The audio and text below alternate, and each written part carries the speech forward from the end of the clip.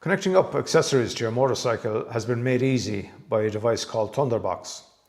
This little smart device from Healtech allows you to connect up a number of accessories to your bike without the need for multiple connections going onto your battery terminals. So let's take a look now at how you can install this device and what accessories you can connect up to it. So, as you can see, the Thunderbox is already connected up on this bike, and that is because the previous owner installed the Thunderbox, so lucky for me. But I'll go through how you wire it up and what you can connect up to and that. So there's a couple of options for Thunderbox. So I'll just take it up there. It's velcroed down. It comes with a velcro strip. You can stick on the back and stick it on there to hold it in place. Somewhere under the seat, ideally, wherever you can find space to stick it onto, and somewhere close to the battery so you can wire it up handy. So there's two options available basically. This is the TBU01, which is a 16 amp capacity, and it has 4 connections. So you can connect up to 4 accessories to this particular one, as long as they're within the capacity of the amps. So I only have a sat nav connected up to this, so that's just 1.5 amps. So I have plenty of capacity left to connect up more accessories, another 3 here if I want to. And the other option available is TBU02, which is a 32 amp capacity, and that has 8 connections on it. So you can connect up to 8 accessories once you're within the amperage and you don't go over the amperage. So I suppose you have to calculate what amperage your accessories that you're putting on, and that you have to look out for that. And it is an epoxy resin inside in it, so it means it's waterproof, and it's also shock proof and vibration proof. So to wire it up, then you just have the positive and the negative wires that come from this, and they go straight onto the battery. The red and the black, of course. The red is the positive, of course, so you connect up the positive first always, and then connect up the negative black wire, and always put your main terminals onto their battery first so you get the best connection for your starter motor, and then you put on any other accessories after on top. So them two are connected into the battery, and then you have a white wire as well, which on this case is not connected up to anything. So what this white wire is for is, the way it's wired at the moment, it's wired that when the engine is running, it gets power, and when the engine is turned off, it doesn't get any power. So that's just by your red and your black terminals connected to the battery. That's the way it works. So how it works is, when your engine is running, basically you get the power from your alternator on the bike, goes into your battery, and it generates 14 plus volts or whatever, and when the Thunderbox detects that voltage, then it fires up and it powers up, and then it will power your accessories. So your accessories will only be powered when the engine is running. So when you turn off your engine, the battery voltage will drop down again to 12 or 12.4 volts, whatever it is, and the box will shut down. So what this white wire is for, if you wanted to power it off the ignition, you could find a switched wire. And what a switched wire is basically a wire that's controlled by the ignition. When you turn on the ignition, the power will come to that wire, and then the power will be cut when you switch off the ignition. So we get a switched wire, and you wire it into this white wire, connect it into this white wire, and then the box will be powered when you switch on the ignition. So Healtech recommends that you wire it up this way, the way it's wired, because I suppose the reason being that you won't flatten your battery. leave your ignition on and your accessories are on, and then it may drain your battery. It's probably a safety point of view and that to keep your battery from getting drained. So they recommend you wire it this way, but if you want it, you can use this wire and wire it from your ignition. And that is what I'm going to do with this bike. I'm going to wire it to the ignition because for the sat nav, when you have if you're pulled inside the road and you want to use the sat nav and you want to cut the engine, you can just hit the kill switch and cut the engine, and you still have the sat nav powered up to do whatever you have to do on the sat nav before you head off again. And I think it's going to be handier. So what I'm going to do is run a switched wire into this white wire and power it up that way. Now, as well as that, you have the connections here that you connect your accessories into. You have the green wire, which is the live wire, and you have the black wire, which is the negative. So these are Wago connections. So how these work is you just lift the tab like that, the orange tab, up like that, and you take 4 or 5 mil of the insulation off the wire that you're connecting in and you push it in there, and then you close down the orange tab, snaps down like that, and that holds your wire in place. It's connected then. So they're easy connections to use, no tools required,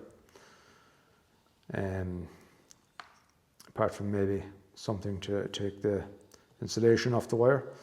So they're a handy connection and a good connection from that point of view. So it's easy to wire up.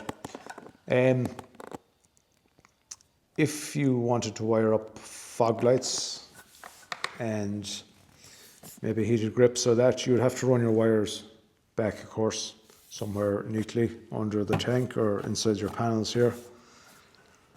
And you just wire them straight in like that. Take the 4 or 5 mil off your insulation, off the wires, and put them in like that to your tabs and close them down and wire them direct. If you get a kit which are fog lights, your auxiliary lights that comes with a relay or an inline fuse, you don't disconnect them, you leave them in place. Healtech recommends that you keep all that in place and just connect your live in here and your negative in here for your lights, while leaving your inline fuse or your relay, whichever, and I'm sure they'll come with a switch in place as well.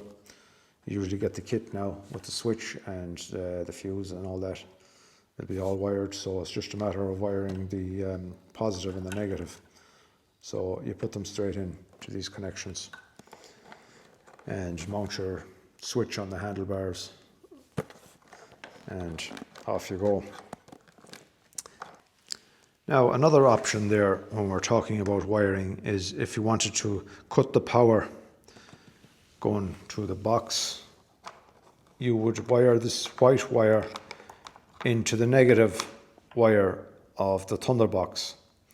So into the black wire, the negative of the Wago connections, you connect in this white wire. And what that does is it stops the Thunderbox from functioning. It stops it powering any of the accessories. So where you might use that is if you were charging your battery, for instance. Say you have your bike left in the shed over the winter and you're not doing a lot with it and you want to keep your battery charged up, as you should. Then you will plug in your battery charger, but when you plug in your battery charger, the Thunderbox will detect the voltage, the extra voltage going into the battery. So therefore, it will assume that the engine has started and it will trigger the accessories and power up the accessories, which you don't want happening. So in order to prevent that, you can connect your white wire into the black terminal, the negative of the Wago connectors, and that will prevent the Thunderbox from powering up. Even if the engine is started, it won't power up then with that connected in there. So that's the feature they have there I'm assuming for charging your battery. So keep that in mind. So let's just have a look at the way they're wired now here on this bike and how it works. So we can see at the moment there, it's flashing every 3 seconds, the green light. That means it's in standby mode. So if we turn on the ignition on, we can see that makes no difference. It's still flashing every 3 seconds. That's because the way it's wired. So we need to start the engine.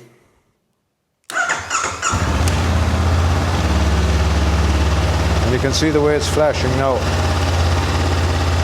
And then it goes to a permanent green, which means it's powered on. And you can see our Garmin sat nav there starting to power up as well. That's the way that one is wired up. So we'll just switch it off again. And it just takes a few seconds then for the power to go down, and you'll see the sat nav shutting down again. When it loses the power, there it's gone.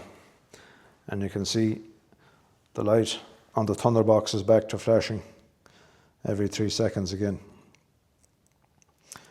So what I want to do is to wire it up so when I turn on the ignition, I'll have power coming to the Thunderbox and in turn coming to the sat nav. So what we need to do now is find a switched wire. So let's have a chat about the switched wire on the Honda CB500X and where to find it. So I believe there's 3 locations where you can find the switched wire. One is under the seat here, which we'll have a look at in a moment. But there's 2 more locations on the front of the bike. Inside the left fairing, I believe there's a 2-pin connection, 2 wires. So that switched wire can be normally used for a 12-volt socket or that. And then on the right-hand side, there's another switched wire with 3 connections on it, 3 cables. And that's normally used for lights, wiring lights. The third one is you have a live and a negative, and you have a third wire which is used for the main beam. So if you wanted to connect up the auxiliary lights that you're connecting to the main beam, have a main beam and dip on them, then that's what that wire would be used for. Of course, you'd be connecting that through a relay as well. So you'd have to do your research into the amps of the lights you're putting on and the relay and wiring that you need for that. So I have auxiliary lights and heated grips on this bike, which, as you can see, are not connected to the Thunderbox. And the reason for that is the previous owner had them installed and he liked to go for genuine OEM parts. So the grips, the heated grips in this are genuine Honda grips, and the auxiliary lights are OEM Honda. So he obviously purchased the loom that came with them, the wiring loom, which included a Honda relay, which are connected up to the lights, and the grips, I believe, as well. So down on the right hand side, into the right hand fairing, there lies the relay and the loom, and that obviously is connected to the switch that is a built-in switch into the dash of these. So all that was done when I got the bike. So obviously I'm not going to disable that or anything. That's going to stay the way it is. That's the reason why it's not connected up to the Thunderbox. So anyways, getting back to our switched wire here, we'll have a look. So looking in here under the seat area on the Honda CB500X, you'll see one of these plugs here. And coming out of it is 2 cables that are going nowhere. You have a live, a red and a black. Live and an earth. Live and a negative there. So that is a switched wire, I presume. I'm going to check it now and see that the current is coming through to it when you switch on the ignition. I'll get the multimeter and check it. And you'll find that just left inside there under the seat area on the Honda CB500X, and probably the case in most bikes. So that is fused as well. So if we have a closer look in here, you can see an OP, which is options plug, in the fuse box. So that fuse is for the switched wire. It's a 10 amp fuse there. So I'm just going to check that with the multimeter now and see that there's power coming to it when the ignition is switched on only. So alternatively, if you cannot find a switched wire on your bike and you wanted a power source for powering the white wire to the Thunderbox or whatever, you could use the number plate light connection. So you trace your wire going back to the number plate and use that and plug into that, or a daytime running light. One of them wires is, and on nearly all bikes now, it's wired through the ignition, so they're powered on with the ignition. So that would be an alternative if you didn't have a switched wire here on your bike.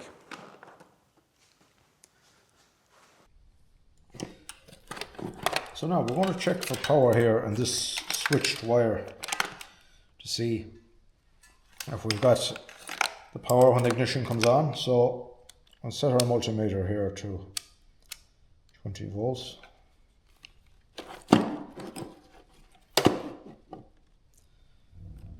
And this is the live here, and I hope it is anyways. We'll just check it first with the ignition off to make sure there's nothing coming through.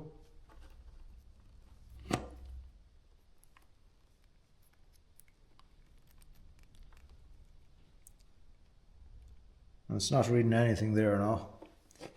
You can see in the multimeter. So just switch on the ignition.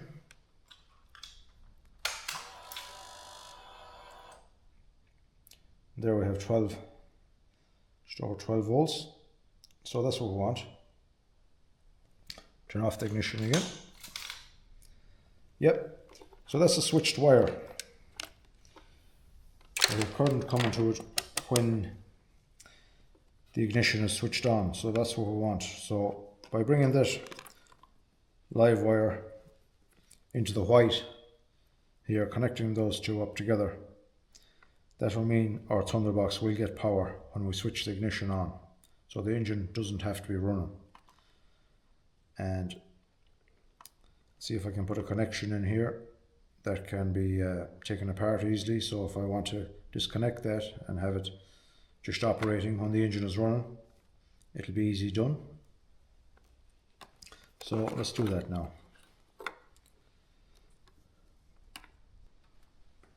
So now that's our white wire connected up.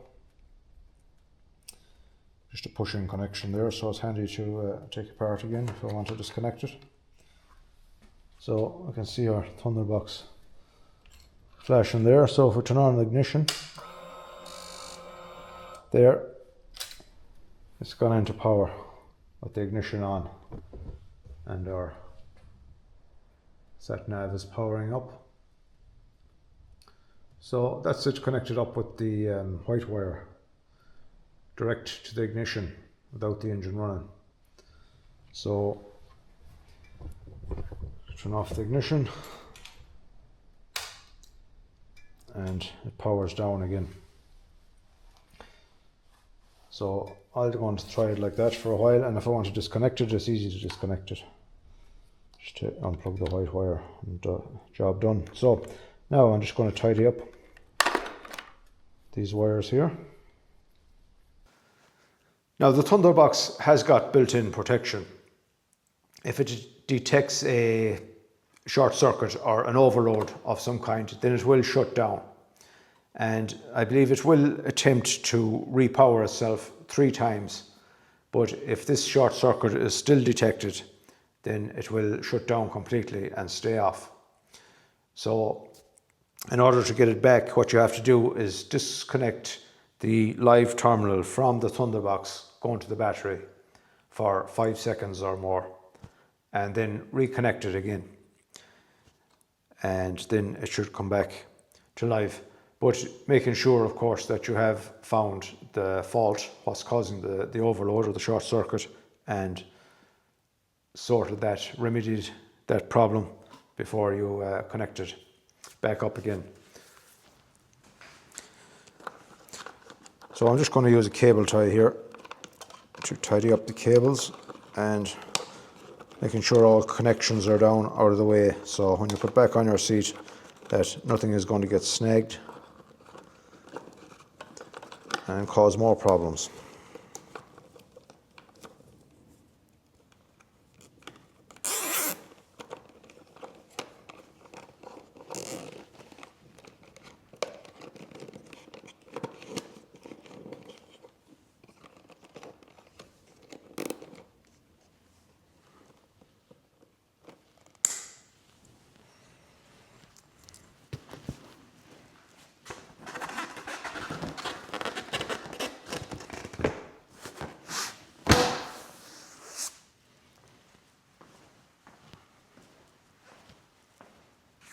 So that's your Thunderbox from Healtech.